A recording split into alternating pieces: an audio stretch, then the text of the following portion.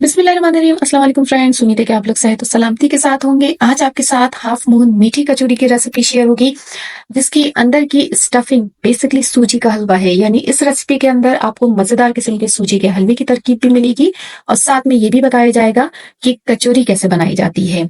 Recipe बहुत आसान है, इसको मुकम्मल तौर पे देखिएगा क्योंकि इसमें आपको टिप्स एंड ट्रिक्स मिलेगी कि आप किस तरह ये क्रिस्पी और क्रंची सी कचौरी बना सकते हैं। इसके लिए सबसे पहले हम सूजी का हलवा बनाएंगे, जिसके लिए यहाँ पे 2 कप मिल्क लिया है। इसको हमने ऑलरेडी बॉईल कर लिया था। साथ में इसमें अब हम शुगर डालेंगे जो कि 2 कप है। शुगर दानेदार होगी। अब इसके साथ साथ यहाँ पे येलो कलर जाएगा जो कि 2 से 3 पिंच है। आप चाहें तो इसमें जर्द रंग का भी इस्तेमाल कर सकते हैं। अब इन पे दोनों चीजों को हम अच्छे से मिला देंगे और फिर इसको बॉईल होने के लिए रख देंगे। दूध को यहाँ पे सिर्फ बॉईल करना है, यानी इसको बहुत ज्यादा गाढ़ा नहीं करना है। अब हमने एक बड़ा सा फ्राई पैन लिया है, उसमें तकरीबन 3 टेबल स्पून ऑयल डाला है और इसके साथ साथ यहाँ पे हमने सूजी ऐड की है जो कि दानेदार है और ये 3/4 कप यहाँ पे ली है। आप चाहें तो इसको 1 कप भी कर सकते हैं। अब इसको हमें अच्छे से भूनना है। भूनने में तकरीबन इसको 2 मिनट लगेंगे। इसके साथ साथ यहाँ पे अपनी पसंद के मुताबिक मेवे ऐड करने हैं, जिसमें कि यहाँ पे आलमंड मैंने 1 टेबल स्पून और किशमिश भी 1 टेबल स्पून चीजों को डाल के हम थोड़ा सा मिक्स कर लेंगे। इस स्टेज पे सूजी को बहुत ज्यादा भूनना नहीं है, वरना फिर दानेदार हलवा नहीं बनेगा। दूसरी तरफ जो है, हमने मिल्क को देख लिया है, ये अच्छे से बॉईल हो गया है, शक्कर भी मुकम्मल तौर पे घुल गई है, उसका पानी भी एवापोरेट हो गया है। अब इसमें जो उबला हुआ मिल्क है सूजी में, इसको ऐड कर देंगे और फिर इसको डालते ही चमचे से अच्छे से चलाएंगे। साथ में यहाँ पे एक छोटी इलायची जाएगी जिसकी तादाद यहाँ पे 3 थी। इसको अच्छे से जो है हमने क्रश कर लिया था और छिलके समेत इसमें ऐड कर देंगे। चमचा यहाँ पे मुस्तकिल चलाना है, वरना ये होगा कि सूजी का हलवा नीचे से लगने लगेगा। हार्डली हम इसको 6 से 8 मिनट ही पकाएंगे, जब या इतना पकाना है कि जब आप देखेंगे ये फ्राई पैन का पैंदा नीचे से छोड़ने लगे तो इसका मतलब है कि हलवा तैयार हो गया है। इसको अब प्याले में डिश आउट करना है। यहाँ पे हमने इसको प्याले में निकाल लिया है और अब इसको एक तरफ कर देंगे। हलवे की कंसिस्टेंसी देख लीजिए, इसको थोड़ा थिक ही रखना है और ये बात भी जहन में रखिए कि ठंडा होने के बाद ये मजीद थिक हो जाएगा। अब इसके साथ यहाँ पे हम अपनी कचौरी का डो बनाएंगे। इसके लिए यहाँ पे 2 कप मैदा लिया है, साथ में इसमें सॉल्ट ½ टीस्पून और अजवाइन 1/3 टीस्पून ऐड होगी। अजवाइन को स्किप मत कीजिएगा, ये पूरी या कचौरी की डो में बहुत ही अच्छी खुशबू और फ्लेवर देती है। ये क्रश की हुई होगी। साथ में इसमें सफेद जीरा पाउडर जाएगा 3/4 टीस्पून और ऑयल 2 टेबल स्पून ऐड होगा। अब मैदे में तमाम इंग्रेडिएंट को हमने ऐड कर दिया है। दोनों हाथों की हथेलियों के जरिए इन तमाम इंग्रेडिएंट को मसलेंगे ताकि क्रम्बली सा मिक्सचर बन जाए, यानी कि तमाम इंग्रेडिएंट एक दूसरे में इनकॉर्पोरेट हो जाए। अब यहाँ पे तकरीबन 3/4 कप पानी लिया है जो कि रूम टेम्परेचर है। पानी को ऐड करते हुए इस मैदे की हम थोड़ी फर्म सी डो बनाएंगे। डो तकरीबन 5 से 8 मिनट में बन जानी चाहिए। पानी की मिकदार एक्चुअली मैदे की क्वालिटी पे भी डिपेंड करती है। अब डो हमारी ऑलमोस्ट बन गई है। अगर आप देखें तो डो देखने में बहुत ज्यादा सॉफ्ट नजर नहीं आ रही, लेकिन मॉइस्ट नजर आ रही है। डो को कवर करके हम तकरीबन 15 से 20 मिनट के लिए रख देंगे। डो को कवर जरूर कीजिएगा, वरना ये होगा कि डो जो है वो थोड़ी ड्राई होना शुरू हो जाएगी। अब 15 मिनट के बाद डो को हम प्याले में से निकाल लेंगे और इस पे वर्क करना शुरू करेंगे। अब अगर आप यहाँ पे देखें तो डो देखने में थोड़ी सी सॉफ्ट नजर आ रही है। डो को बेलना शुरू करेंगे और इसको एक लार्ज साइज की रोटी की शेप देंगे।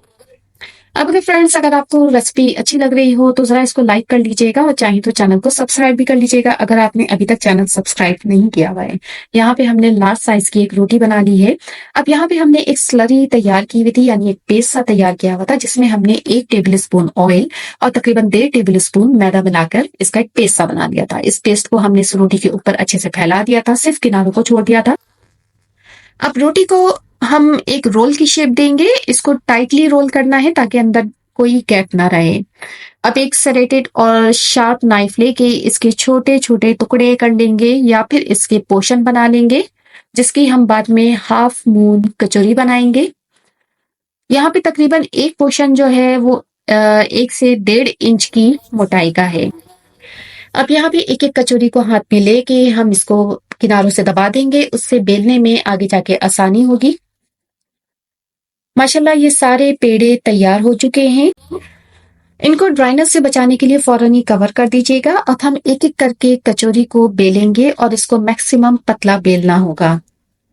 इस दौरान अगर आप चाहें तो इस पे मैदा हल्का सा डस्ट कर सकते हैं ताकि ये रोलिंग पिन में चिपके ना। अब आप यहाँ पे देख लीजिए कि ये देखने में ही कितनी पतली लग रही है, यानी इसकी जो मोटाई या थिकनेस है वो रोटी के मुकाबले में कम होती है। इसको जो है हम अच्छे से ढक के रख देंगे ताकि ये ड्राई ना हो। इसी तरह हम तकरीबन सारी कचौरियों को बेल लेंगे। अब यहाँ पे जो हमने हलवा बना के रखा था और वो मुकम्मल तौर पे रूम टेम्परेचर पे आ गया है, यानी ठंडा आ गया है, तो तकरीबन 1 टेबल स्पून हलवा लेके हम हर कचौरी पे इसको दरमियान में रखेंगे और इसको थोड़ा-सा शेप यानी देंगे, यानी इसको फैला देंगे।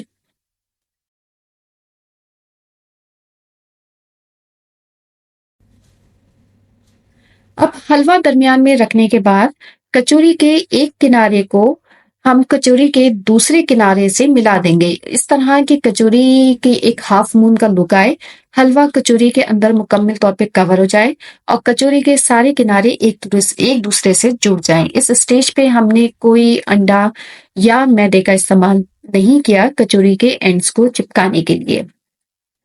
इन एंड्स को बहुत अच्छे से एक दूसरे के साथ चिपकाइएगा कि जब हम इसको फ्राई करें तो ये खुले ना।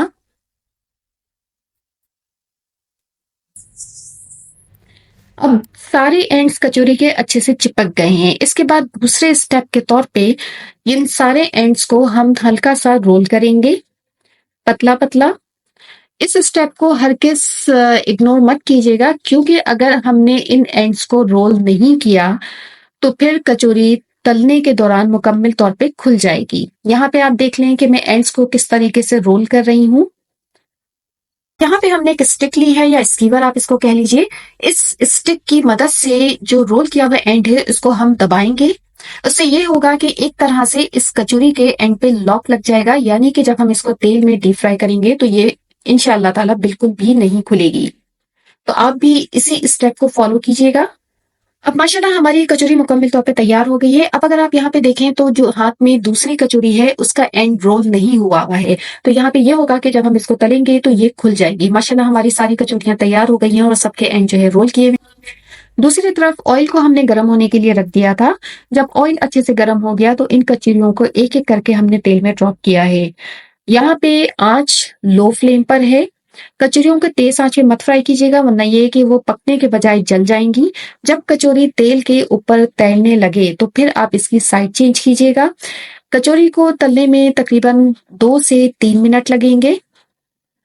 माशाल्लाह अगर आप देखें तो हमारी कचौरी जो है ऑलमोस्ट तैयार हो चुकी है, इसका पहला बैच, और अब हम इसको जो है किसी भी ग्रिल पे या प्लेट में निकाल लेंगे।